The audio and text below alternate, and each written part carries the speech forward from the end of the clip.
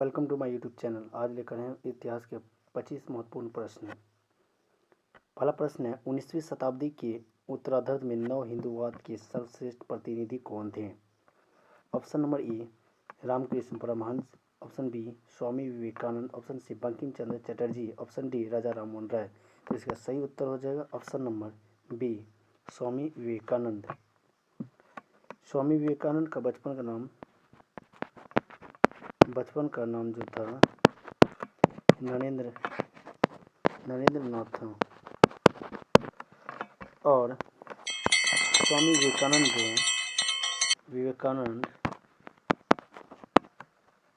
1993 में 1893 ईस्वी को हुए अमेरिका के, देखिए आवाज़ को हमारे सुने, अमेरिका के शिकागो शहर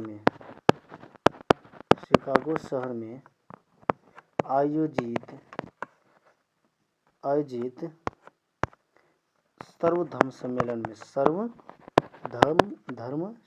में भाग लिया था। ये याद रखना।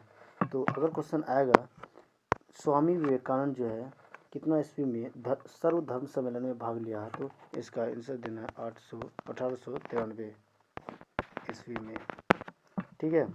और इसका बचपन का पूछा जाए तो नरेंद्र नाथ, क्या देना है? नरेंद्र नाथ। ठीक है।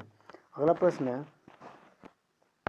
होम रूल आंदोलन भारत के स्वतंत्रता संग्राम के नए चरण के आरंभ का द्योतक था, क्योंकि ऑप्शन नंबर ए इसने देश के सामने स्वशासन की एक ठोस योजना रखी, ऑप्शन बी है आंदोलन का नेतृत्व गांधी जी के हाथों में आ गया, ऑप्शन सी हिंदू और मुसलमानों ने एक संयुक्त संघर्ष प्रारंभ किया, और ऑप्शन डी कहता है इसने अतिवादियों और उदारवादियों के बीच पुनः मेल स्थापित किया। अतिवादियों मतलब उदारवादी, नरम दल और गरम दल के बारे में बोल रहे हैं,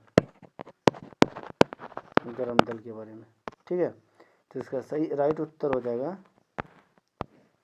ऑप्शन नंबर ए,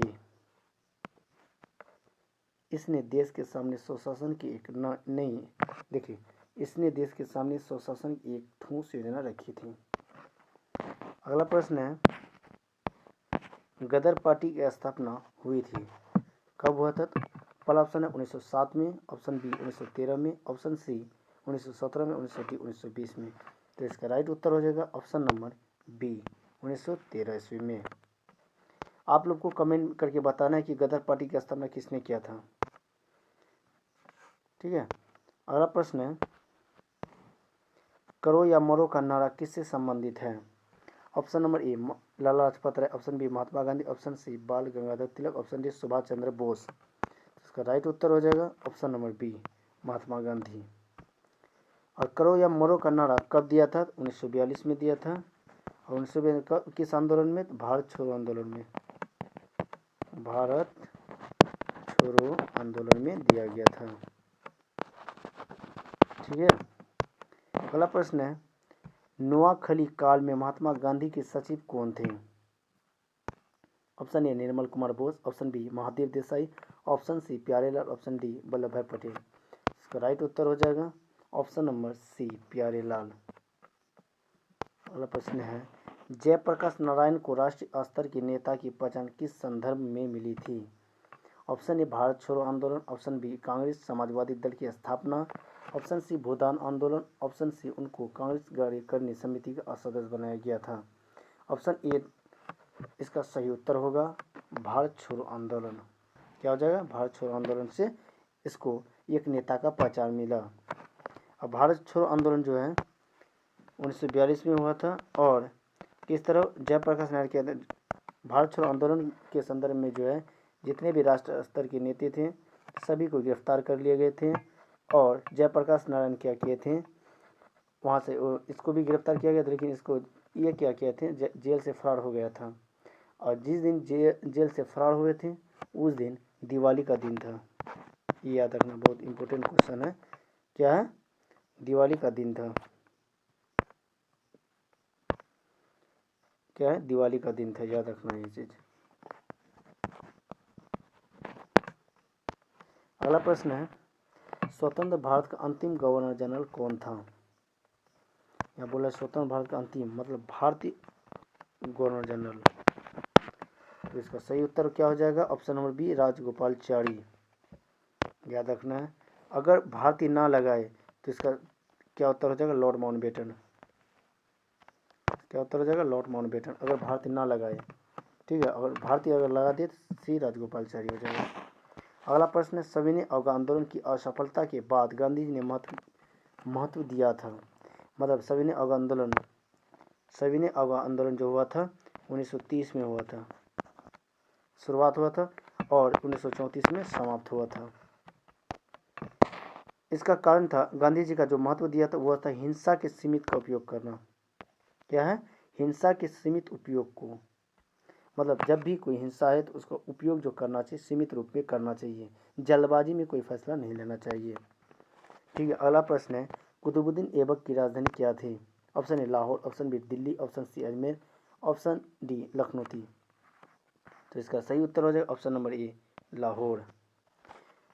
कुतुब मीनार का अगर क्वेश्चन में है कुतुब मीनार का नींव किसने दिया था? तो इसका आंसर होगा कुतुबुद्दीन ऐबक। क्या हो जाएगा? कुतुबुद्दीन ऐबक। अगर यही प्रश्न पूछे कुतुब मीनार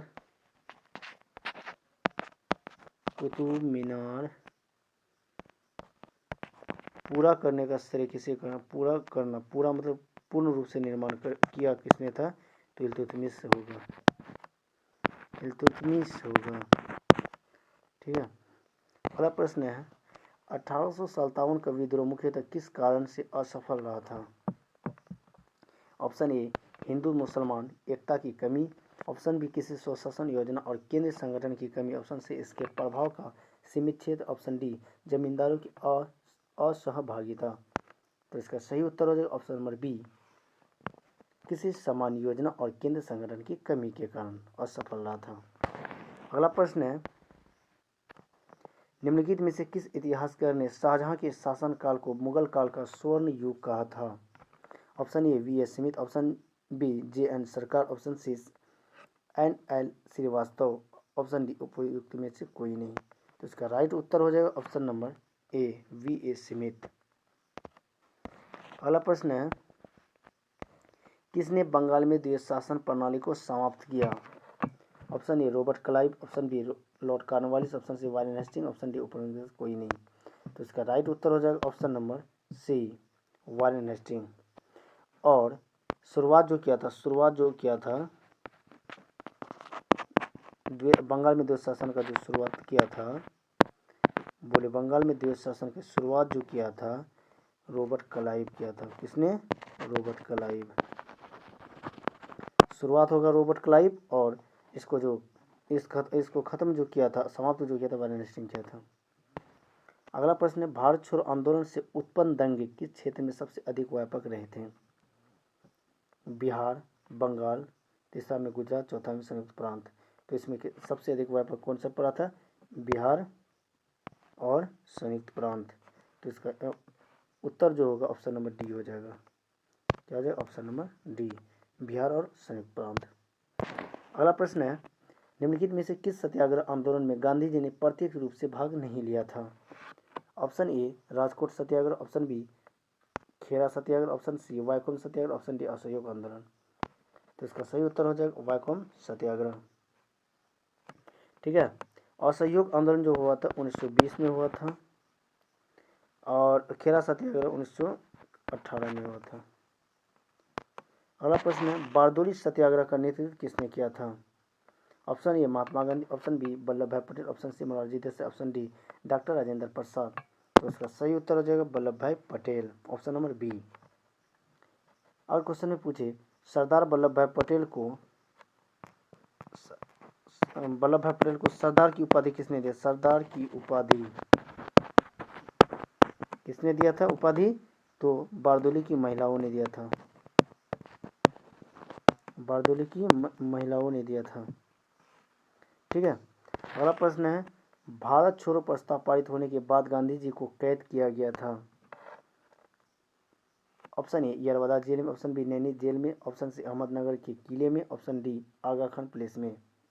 तो इसका सही उत्तर हो जाएगा ऑप्शन नंबर डी आगा खान प्लेस में।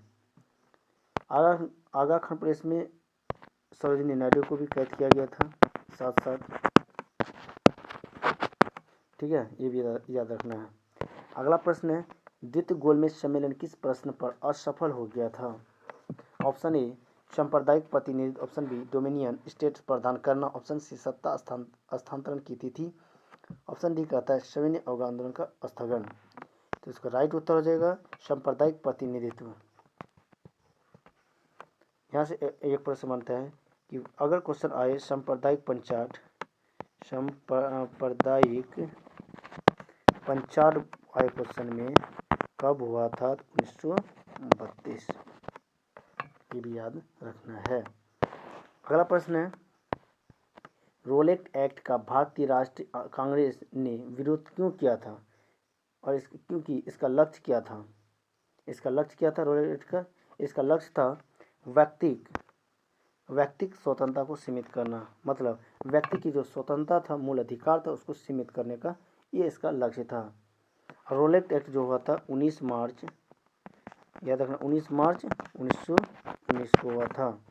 और उसी के बाद रोलेट एक्ट के बाद क्या होगा 23 अप्रैल को क्या हुआ था 13 अप्रैल 1919 को जालियांवाला बाग हत्याकांड हुआ था। और जालियांवाला बाग हत्याकांड होने का कारण था सत्यपाल और किचलू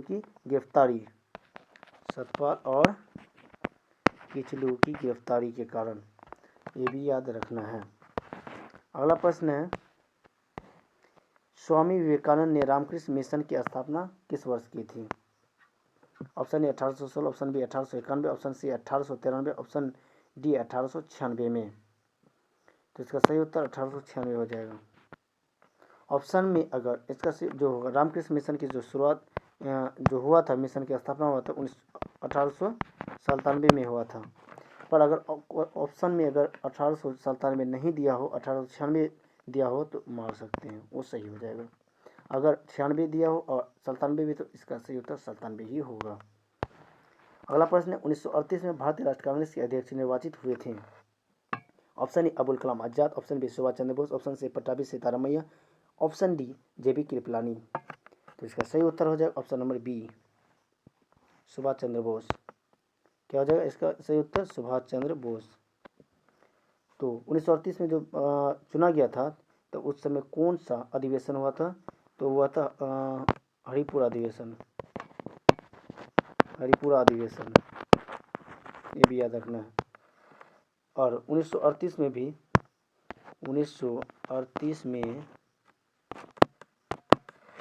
त्रिपुरी अधिवेशन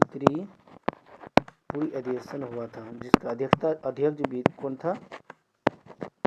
ये भी याद रखना सुभाष चंद्र बोस ही थे। पर सुभाष चंद्र बोस ही 1939 में भी था और 1938 में भी था। अगला प्रश्न है संत कबीर के सम्मान में मगहर महोत्सव प्रारंभ किया गया था। ऑप्शन ए 1987 में, ऑप्शन बी 1985 में, ऑप्शन सी 1990 में, ऑप्शन डी 1975 में। तो इसका राइट उत्तर हो जाएगा ऑप्शन नंबर सी 1990 में। अगला प्रश्न है निम्नलिखित राजवंशों में किसका उल्लेख संगम साहित्य में नहीं है? ऑप्शन ए कदम राजवंश, ऑप्शन बी चेर राजवंश, ऑप्शन सी चोल राजवंश, ऑप्शन डी पांड्य राजवंश। तो इसका सही उत्तर हो जाएगा ऑप्शन नंबर ए कदम राजवंश नहीं था इसमें। अगला प्रश्न है रणजीत सिंह ने सुप्रसिद्ध कोहिनूर हीरा प्राप्त किया था। ऑप्शन ए शाह शुजा से, ऑप्शन बी जमा जहाज से, ऑप्शन सी दोस्त मोहम्मद से, ऑप्शन डी शेर अली से। तो इसका राइट उत्तर हो जाएगा शाह शुजा से प्राप्त किया था। अगला प्रश्न है पाटलिपुत्र में स्थित चंद्रगुप्त का महल मुख्यतः बना था।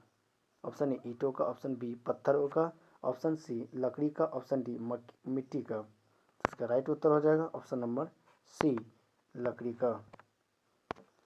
अगला प्रश्न और लास्ट प्रश्न है हेनसांग की भारत यात्रा के समय सूती कपड़ों के उत्पादन के लिए सबसे सुप्रसिद्ध नगर कौन था? Option A Varanasi, option B Mathura, option C Pataliputra, option D Ranchi. तो इसका राइट उत्तर हो जाएगा ऑप्शन नंबर बी मथुरा। आप लोग से एक प्रश्न है, 5वीं बौद्ध संगीति, क्या 5वीं बौद्ध संगीति के बारे में आपको बताना है। कब हुआ था, अध्यक्ष कौन था और किसका शासन काल था। ये तीनों जवाब आपको कमेंट करके बताना है, ठीक है। 5वीं बौद्ध संगीति के बारे में बताना है। अगर आपको ये वीडियो हेल्पफुल लग रहा हो तो लाइक कर दें और शेयर करें और हमारे चैनल को सब्सक्राइब कर दें, जैसे कि कोई वीडियो बनाए तो सबसे पहले आपके पास पहुँचे।